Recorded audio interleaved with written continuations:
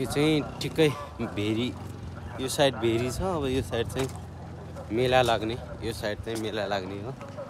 खासमा लगभग तयारी 25-30% तयारी भएको देखियो। किनकि अब बाँकी यो पिङसिङ हाल्न मात्र टाइम लाग्ने हो। बाँकी चाहिँ यो सानतिनो पसलहरू हाल्नलाई चाहिँ खासै टाइम लाग्दैन। भेरी तपाईँ देख्न सक्नुहुन्छ, यो साइडमा चाहिँ भेरी नदी छ।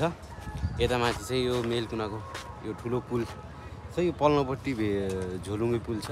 यो चाहिँ नयाँ पुल बनेको हो। सो यो साइडमा चाहिँ एकदमै अझ यो बन्न त धेरै छ, बट यो त सुरुवात मात्र छ। यो चाहिँ लगभग बनिसकेको रहेछ। भइसक्यो यो। कौन सा सब्जी है? अच्छा, आप लोग काम के लिए आए हो इधर? हाँ, काम ही करता हूँ इसी में, झूले पिंग में। कितना दिन लग गया ये बनाने में? 3 दिन में फिटिंग हो जाता है। सामान हाँ और ड्रैगन हाँ आइटम है, बड़ा बड़ा। अच्छा, सामान आपका है इधर का है? सामान अपना इंडिया का है, हाँ, लेकिन साहू जी ने खरीदा है। अच्छा, इधर तो नेपाल में तो बन नहीं पाता है। रेंट पे लेते हैं क्या? रेंट पे लेते हैं, खरीदा है? खरीदा है। अच्छा,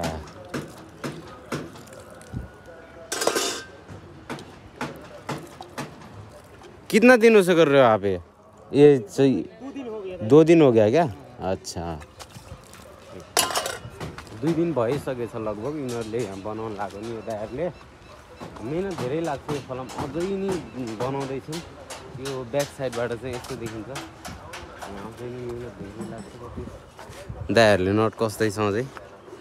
तल हल्का जुम गरेर देखाइदिन्छु। अझै मेहनत, अझै टाइम लाग्छ। बट छ, मेला लाग्ने समय नि छ अझै। यो साइडमा चाहिँ ब्याक साइडबाट यस्तो देखिन्छ। किनकि यो साइडमै अलिकति धेरै अब पसलहरू थपिने भएकाले सो यो साइड पहिला रेडी गर्छ मान्छेहरूले। माथिल्लो साइडमा चाहिँ कस्तो छ भने, माथिल्लो साइडमा जेरीको पसलहरू, नास्ता पसलहरू राखिन्छ। बट यो साइडमा, ब्याक साइडमा चाहिँ हल्का धेरै तयार गर्नुपर्ने हुन्छ। यहाँ तपाईँहरू हेर्न सक्नुहुन्छ। यो चाहिँ के गोही तरिकाको टक्कै बस्ने यताउति हल्लाउनेलाई मात्र हो यो। पल्लोपट्टिको चाहिँ रिङ नेक पिङ हो, जसको चाहिँ यो तपाईहरु देख्न सक्नुहुन्छ बस्ने ठाउँहरू, यो घरहरू बस्ने, जसको चाहिँ पेन्टिङ काम तयारीमै छ अझै। यो साइड खासै अब तयारीमा छैन, बट यो साइड चाहिँ हल्का बन्दैछ भने यो चाहिँ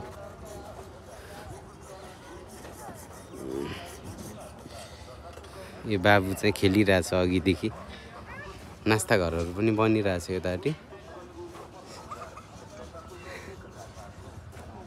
यो साइड यहाँदेखि चाहिँ राम्रो देखिरहेछ भनौँ। माथि पुलदेखि नि म देखाउँछु, बट म चाहिँ स्टार्टिङ मात्र हेर्न पाउने भएँ। सो मेला चाहिँ सायद मान्न पाउँदैन होला म। अब 1-2 दिनमा म गइहाल्छु यहाँदेखि, बट के गर्नु अब यार, प्रत्येक वर्ष लागिहाल्छ। अब मनाइएला नि। यता नि सामान रहेछ हल्का, यो साइड नि यो चाहिँ बच्चाहरूको गाडीहरू हो। हेर्न सक्नुहुन्छ तपाईँहरू, यो बच्चाको गाडीहरू चाहिँ यहाँ लगाइरहेको थियो। यिनीहरू चाहिँ चौतारी छ, बट यो भन्दा नि यताबाट चाहिँ मान्छेहरू एकदम धेरै आउँछ कि हेर्नलाई। यताबाट म माथिबाट पनि भ्यू देखाउँछु। सो तयारी हुँदैछ मेलाको, को आउनुहुन्छ सबैजना आउनु होला। यो चाहिँ यता अटो पार्किङ गर्ने ठाउँ, अनि यो साइडमा चाहिँ मेला लाग्छ। यहाँबाट चाहिँ यस्तो देखिन्छ माथिबाट, अलि फराकिलो छ, बट क्यामेराले अलिकति नदेखाएको जस्तो छ। यता पछाडि चाहिँ झोलुङ्गे पुल, तपाईँलाई म क्यामेरा घुमाएर देखाउँछु। यहाँ चाहिँ पिङहरू माथिबाट यस्तो देखिन्छ। मान्छेहरू नि अब खासै अहिले जम्मा छैन, दिउँसोसम्म चाहिँ एकदम भिड हुने गर्छ। यहाँ मेला पनि एकदम ठुलो लाग्छ। तपाईँहरूलाई मसँग खासै फोटो छैन। यता भेरी नदी, यो नदी यो साइडमा छ, अनि यो साइडमा मेला लाग्छ।